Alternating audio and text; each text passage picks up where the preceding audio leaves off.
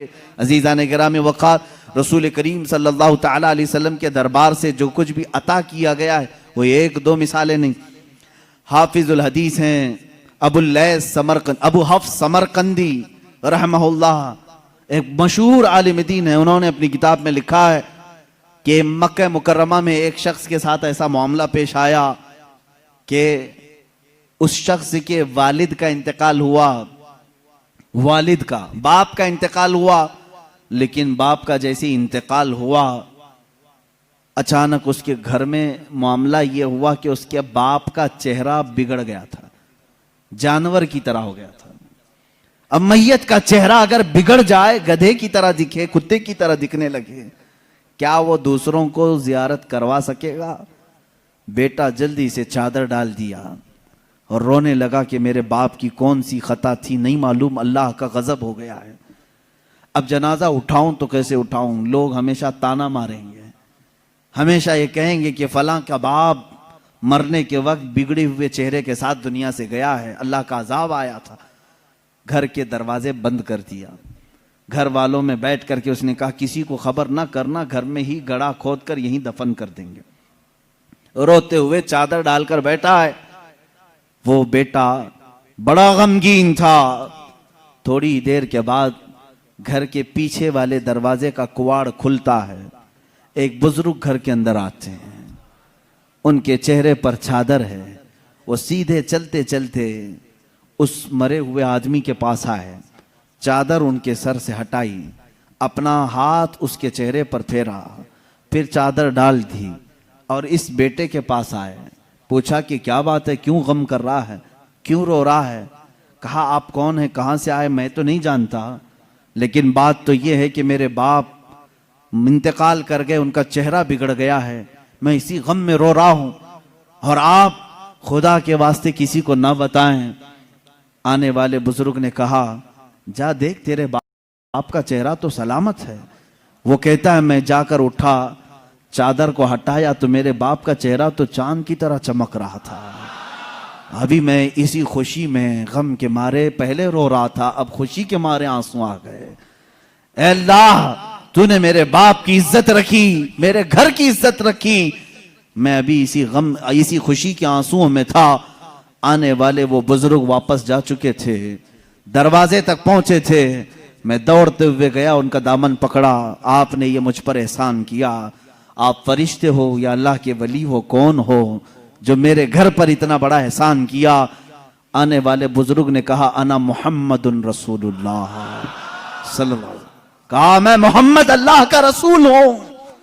हुजूर पाक सल्लल्लाहु तआला अलैहि वसल्लम ने फरमाया तेरे बाप के इंतकाल के वक्त बात ये थी कि इसकी एक अच्छी आदत थी, तेरे बाप की एक अच्छी आदत ये थी, ये उस वक्त तक सोने के लिए बिस्तर पर नहीं लेटता था जब तक रात में 100 मरतबा मुझ पे दुरूद नहीं भेजता था। हर रात 100 मरतबा ये दुरूद भेजता, फिर सोता। लेकिन उसकी एक खता थी, एक गुनाह था इसका, लेकिन बाप का गुनाह मैं बेटे को नहीं बताऊंगा। मेरे आका सल्लल्लाहु तआला अलैहि वसल्लम ने छुपाया। उस गुनाह से अल्लाह नाराज था, जिसकी वजह से उसका चेहरा बदल गया। ये मक्का मुकर्रमा की बात है, मक्का मुकर्रमा की बात है। इसकी वजह से उसका चेहरा बदल गया। तेरे बाप का रोजाना पड़ा हुआ दुरूद जो फरिश्ता मेरे बारगाह तक पहुंचाता है, उस फरिश्ते ने मुझे खबर की कि अल्लाह के रसूल, आपके फला गुलाम के साथ गजब हो गया है, अल्लाह ने अजाब नाजिल किया, उसका चेहरा बिगड़ गया है। ए रसूल पाक, वो बंदा रोजाना आप पर 100 बार दुरूद भेजता था, करम फरमाए हैं। हुजूर फरमाते हैं मैं उसी वक्त चल कर तेरे घर आया, तेरे बाप का चेहरा बिगड़ा तो था, मगर मैंने मेरे मौला से सवाल किया, ए अल्लाह, तेरे हबीब पर दुरूद भेजने वाला, इसके चेहरे को अगर तू सलामत नहीं रखेगा तो आने वाले लोग ताना देंगे कि रसूल पर दुरूद भेजने वाला भी नहीं बच पाया। ए मौला, तू मेरे जरिए से इसके चेहरे को सलामत कर दे। अल्लाह ने मेरी दुआ कबूल की, मैंने उसके चेहरे पर हाथ रखा, अल्लाह ने तेरे बाप के चेहरे को चमकते चांद की तरह कर दिया। वो अता करने पर आए तो बेहिसाब अता करें। बाद वफात की बात में कर रहा हूं, ये जाहिरी जिंदगी की बात नहीं। वफात होकर कई साल हो चुके थे, तब की बात है। इसीलिए तो हम आशिकों का ये कहना है, या रसूल अल्लाह, सुना है आप हर आशिक के घर तशरीफ लाते हैं, मेरे घर में भी हो जाए चिरागा या रसूल अल्लाह, मेरे दिल में भी हो जाए चिरागा या रसूल। मेरे आका आओ कि मुद्दत हुई है तेरी राह में आँखियां बिछाते बिछाते, बड़े दिन हुए हैं मेरे आका घर को सजाते सजाते। अल्लाह के नबी सल्लल्लाहु ताला अलैहि वसल्लम का इंतजार करो ए मुसलमानों, चाहे हमारी जिंदगी इस पे फना हो जाए, खत्म हो जाए, दीद के लिए तरसते रहो और इसी इंतजार में तुम्हारी जिंदगी कटनी चाहिए। अब की रात आए कि तब की रात आए, जब ये रातें जिंदगी की कट जाएं, वो रात तो जरूर आएगी जो कब्र की पहली रात होगी, वहां तो दीदार करोगे इंशाअल्लाह, लेकिन उस दीदार के इंतजार में अपनी जिंदगी काटो। ये नहीं कि अपनी आंखों को हसीनाओं की गलाजत से भर लो, गंदी तस्वीरों से, गंदी फिल्मों से अपनी आंखों को दागदार कर लो। ये नहीं, इन आंखों को अल्लाह ताला ने तुम्हारे रसूल के दीदार के लिए दिया है।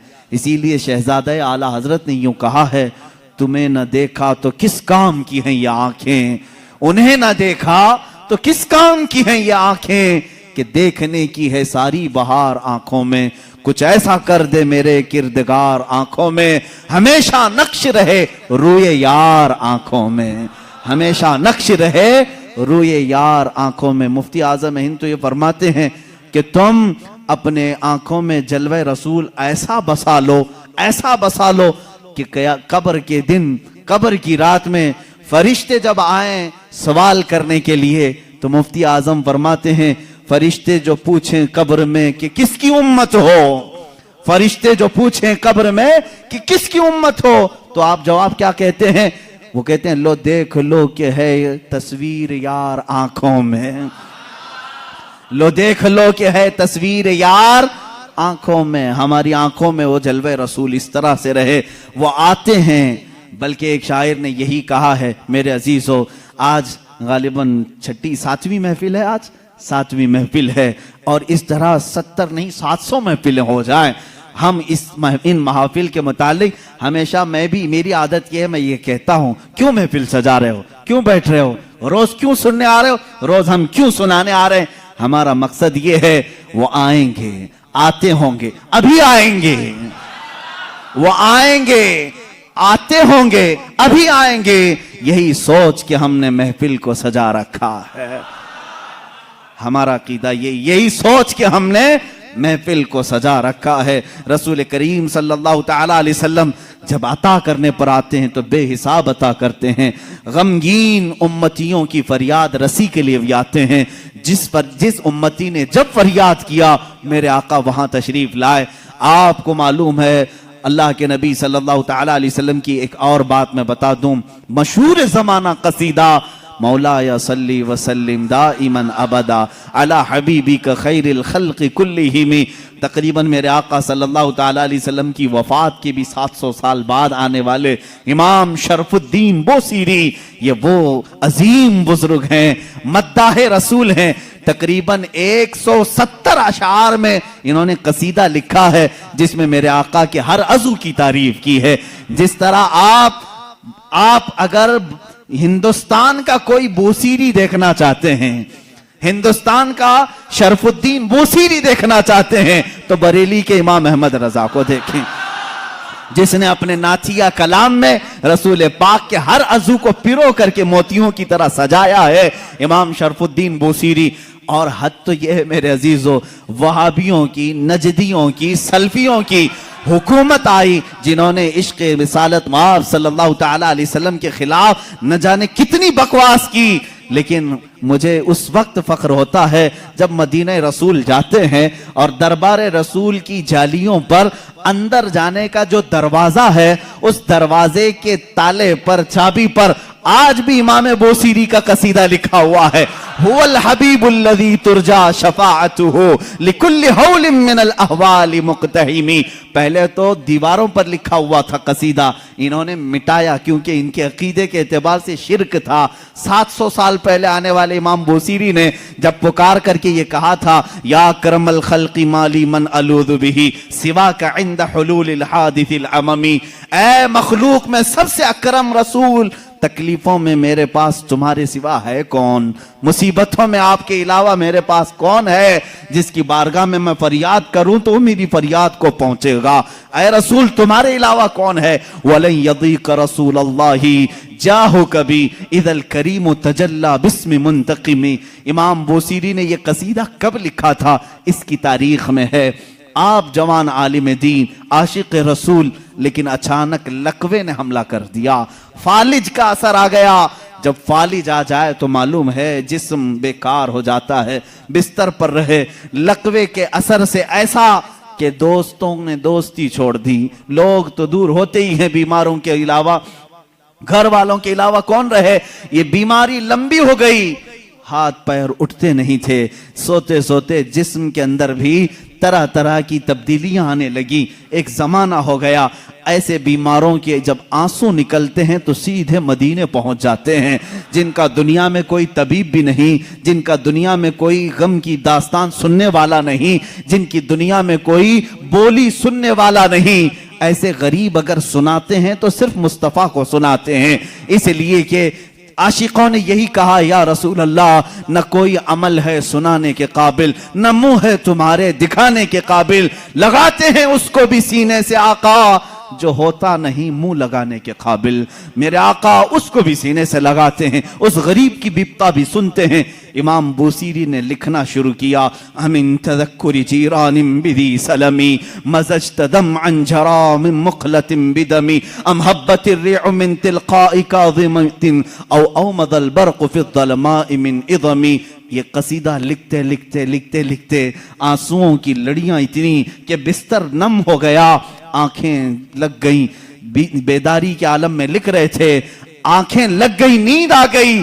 और उस वक्त ख्वाब में मेरे आका तशरीफ लाए, कहा, ए बूसीरी क्या तूने मुझे याद किया है। जब भी उम्मती दर्दे दिल से याद करे मेरे आका तशरीफ लाते हैं। इमाम शरफुद्दीन बूसीरी लिख रहे थे कसीदा कहां से, अल्हम्दुलिल्लाहि मुंशिल खल्क़ि मिन अदमी थुम्मा स्सलातु अलल मुख्तारि फिल क़िदमी। यहां से आपने कसीदा लिखा और आप फरमाते हैं, कसीदे के शुरू में मैं चाहता था ये लिखें, मौलाया सल्ली वसल्लिम दाइमन अबदा, लेकिन मुझसे दूसरा शेर फिट नहीं होता था, दूसरा मिसरा बन नहीं पा रहा था।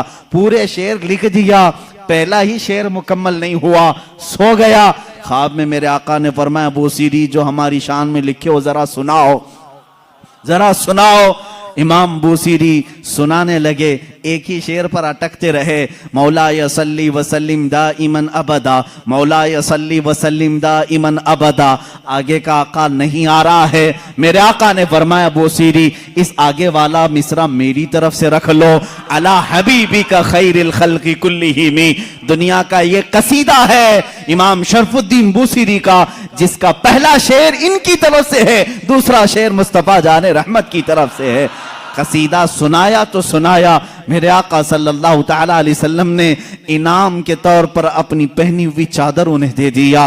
कहा, बूसीरी ये मेरी तरफ से इनाम है, और उनके जिस्म पर अपना हाथ फेरा, कहा, अल्लाह तुझे शिफा अता करे। इमाम बूसीरी कहते हैं, ख्वाब तो बड़ा अच्छा था, ख्वाब में कौन क्या नहीं देखता है। सुबह हुई, लेकिन मेरे अजीजों जिसने रसूल को देखा उसने हकीकत में देखा। अल्लाह के नबी फरमाते हैं, फ़इन्नहु ला यतमस्सलु बिय शैतान, इसलिए कि शैतान मेरी सूरत में आ ही नहीं सकता। जिसने रसूल को देखा उसने हकीकत में देखा। इमाम बूसीरी फरमाते हैं, सुबह उठा तो भीनी भीनी खुशबुएं घर में थी, महकी महकी हवाएं थी। मैंने सोचा ख्वाब तो ख्वाब होता है, लेकिन जब मैंने गोद में देखा तो रात में अता की हुई चादर भी मौजूद थी, वो चादर भी मौजूद थी। और उसके बाद उठने की कोशिश किया तो मैं देख रहा हूं हाथ भी सलामत, पैर भी सलामत, जिस्म भी सलामत। ना कोई लकवा है ना कोई फालिज है, ये रसूल पाक का दरबार है जिसको इमाम इश्क व मोहब्बत आला हजरत ने फरमाया, मेरे करीम से अगर कतरा किसी ने मांगा, मेरे करीम से अगर कतरा किसी ने मांगा, दरिया बहा दिए हैं, दरिया बहा दिए हैं। कौन देता है देने को मुंह चाहिए, देने वाला है सच्चा। मेरे अजीजों, किसी की जय विजय क्यों पुकारें, क्या गरज हमको, हमें काफी है सैयद अपना नारा। मांगेंगे मांगे जाएंगे, मुंह मांगी पाएंगे, सरकार में न ला है न हाजत अगर की है, वाह क्या जूदो करम है शह बतहा तेरा, नहीं सुनता ही नहीं मांगने वाला तेरा। हमारे पास जब इतने सारे अशार हैं तो दूसरों के हाथ दर दर की ठोकरें क्यों खाएं, हम इधर उधर की ठोकरें क्यों खाएं, फिर के गली गली तबाह ठोकरें सबकी खाई क्यों, दिल को जो अक्ल दे खुदा। तकरीबन आला हजरत याद किए जाएंगे, सुबह क़यामत तक सुन्नियों में आला हजरत को याद किया जाएगा। बरेली के इमाम ने ही हमें रास्ता मदीने का दिखाया है। हर मुसीबत में मांगो रसूल पाक से, हर बेकसी के आलम में पुकारो उसी रसूल को। हाले बरेली के इमाम ने हमें नमाजों के बाद सलाम में भी यही सिखाया है, जब सलाम में पेश करो तो यूं ही कहो, या रसूल अल्लाह तुम हो हफीजो मुगीस, क्या है वो दुश्मन खबीर। कहा है यकीन के साथ, तुम हो हफीजो मुगीस, क्या है वो दुश्मन खबीर। तुम हो तो फिर खौफ क्या, तुम पे करोड़ों दुरूद। आला हज़रत ने हमें यही सिखाया है। किससे मांगना चाहिए? रसूल पाक से। यहां मांगना शिरक नहीं, जो रसूल पाक के पास मांगा वो अल्लाह समझ करके नहीं मांग रहा है, बल्कि अल्लाह वाला समझ कर मांग रहा है, अल्लाह का अता करने वाला रसूल समझ करके मांग रहा है। हम तो सलाम में भी यही पेश करते हैं मेरे आका सल्लल्लाहु तआला अलैहि वसल्लम की बारगाह में कि आका आप ही हमारा सहारा हैं, आप ही हमारे बेकसी के वक्त मदद